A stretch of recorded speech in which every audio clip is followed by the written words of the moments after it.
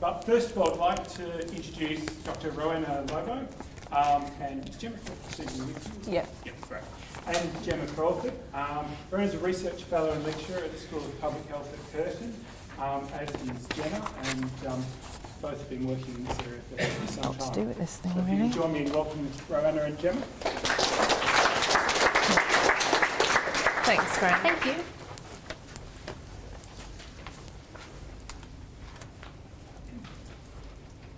Right, thank you very much for listening to us once again talk about HIV and mobility. I feel like I only ever come to talk about this issue, but it's something that we're pretty passionate about and we've invested a lot of time and energy into. So I'm going to take the first part of the presentation and Roanna will take the second half, and we're just going to take you through a little bit of an update on our roadmap for action. And I would like to just thank Corey for her work on this, because primarily it's stuff that she's done for us, so that's fantastic. All right, so I think this is something that most people have seen before, and it's really just to show us, I guess, some of the dynamic nature of the travel between Australia and overseas, and the groups and the relationship between the two groups in terms of people from high prevalence countries and their partners, and travellers and mobile workers. And we know that we've had diagnoses in both of these groups. And this is represented in the 7th National Strategy as key priority populations for our HIV response in Australia. So some of you will be familiar with the HIV and Mobility Roadmap for Action. We certainly are. We spent many, many months working on this. And it was a document that was produced in collaboration with Graham and the team at Archers through funding from the Commonwealth. And it was really a document that was designed to sit alongside the 7th National Strategy to give a little bit of a sense of what we might look for in terms of priority actions and strategies in terms of implementation to do with these very nebulous bit of information in the 7th National Strategy.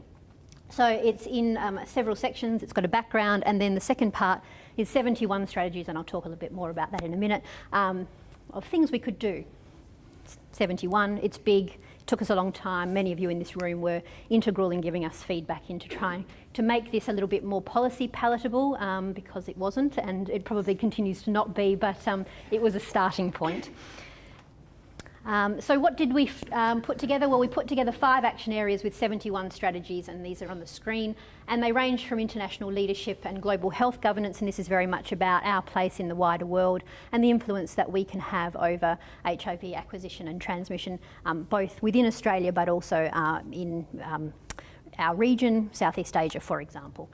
The important role of Commonwealth and state leadership on this issue, and for those of you who've been working in this space for the last decade, you'll know that it's taken a very long time to get any level of Commonwealth leadership around this issue. We've certainly had state leadership, and I'd like to thank Lisa and the team for pushing this along, but certainly in terms of getting it on the Commonwealth agenda, it's been torturous. Yeah. We can't do it without community mobilisation and our partners at the AIDS Council and other organisations, just as an example in WA, but we've had great work in SA and other states as well. So the role of community mobilisation is very important. Looking at services, and this is primarily because we recognise the impact of delayed testing and treatment for people from culturally and linguistically diverse backgrounds in accessing care for HIV and the flow-on effect for transmission, and the important role that wraps around all of this around surveillance, research and evaluation. So as part of our outcomes from the roadmap, we established a community of practice for action on HIV and mobility, and this has been in operation since about March last year, and we launched the roadmap in December 14, so we've now been running for about 18 months.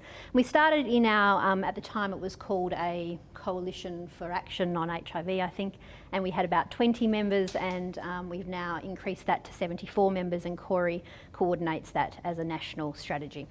And really the point of the the community of practice is to bring together people who are like-minded and interested in HIV and mobility, prioritise some research and opportunities, and continue to put pressure on our policymakers to prioritise this as well. Because we had 71 strategies and it was a pretty cumbersome document for many people to work through, we thought it would be a good opportunity to audit progress around these areas so that we could start to report back to you all about where we're doing well, where there's lots of momentum, and perhaps where there's little momentum.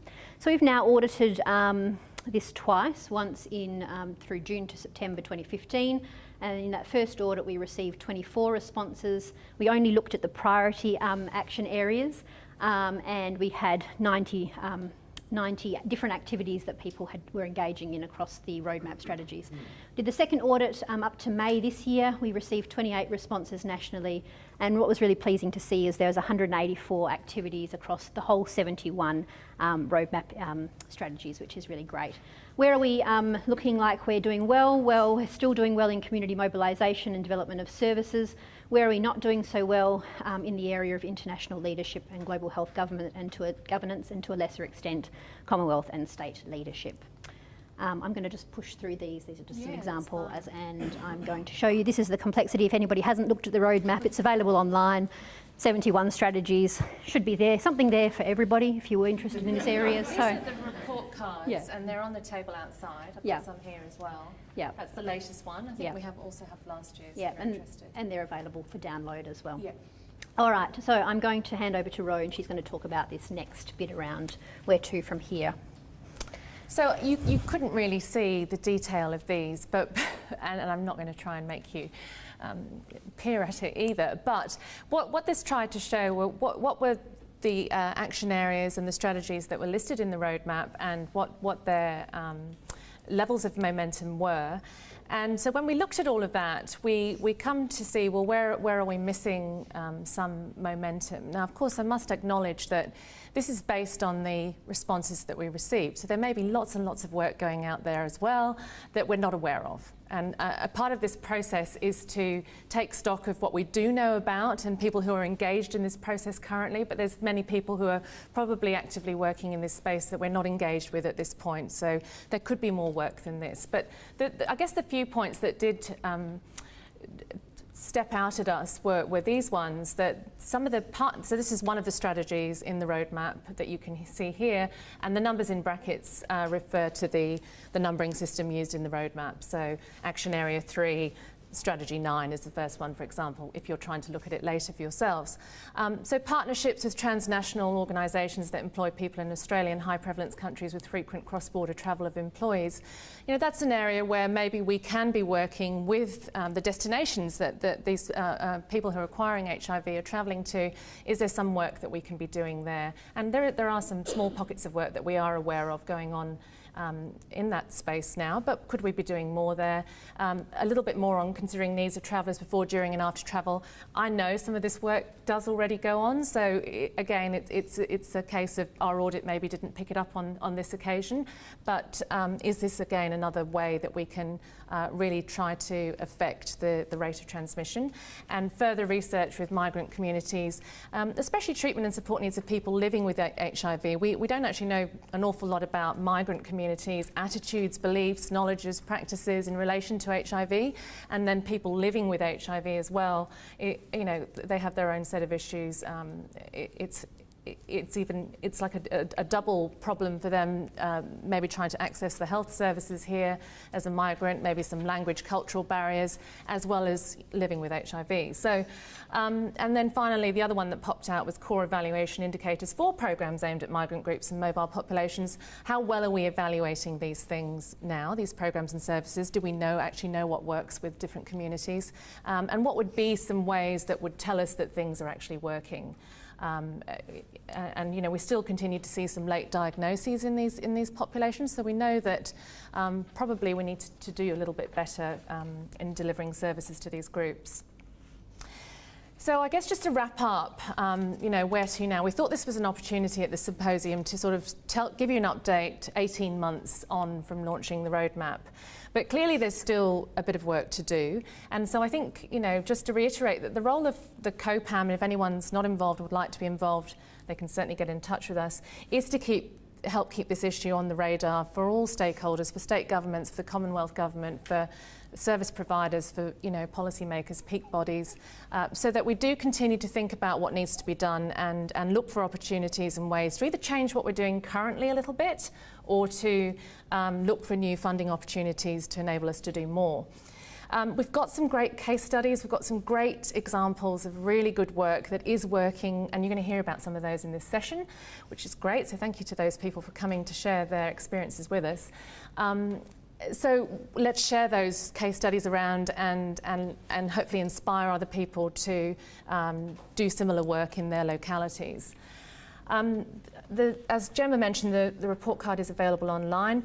I guess other work that the COPAM's doing is we will actually be sort of looking at what are the priorities. You know, there's 71 strategies in the roadmap. It's not manageable, and we do need to kind of drill down and say what is the most important items to attack first. So we will be consulting with COPAM members a bit more on that to find out what those priorities should be and who'd like to collaborate together to push some of those ahead. Corey's just about to implement an evaluation of the COPAM so we can get some feedback on what's working well, what we could do better. Continued advocacy to get these action areas onto the implementation plan of the 7th National HIV Strategy. What gets measured gets reported, so you know, that's a way of getting it onto people's radars as well. And finally, and you know, there's a few examples here, shamelessly putting our own research up there, but there's many more other papers that have been published very recently, and so we encourage people who are either members of the COPAM to share those with other members. There's an online portal now that you can access. You can share your papers, get people reading them, tell others what's going on. We need to get more students, honours, masters, PhD, doing work in this area. And I think just, you know, looking for best practice in other states that we can replicate and improve on. One last point I wanted to make, I think one of the things that we've been really pleased about is increased engagement with our surveillance teams on the need for better surveillance for CAL populations. And so there's a little bit of energy going around there, looking at some competitive grants to push that along. I'll leave it there because I'm getting a look, but I would like to acknowledge all the people who have been involved in getting us to the point that we have got to so far, and that includes particularly Lisa's team at the Sexual Health and Bloodborne Virus Programme, but also South Australia have been very supportive, and AVEO. Thank you.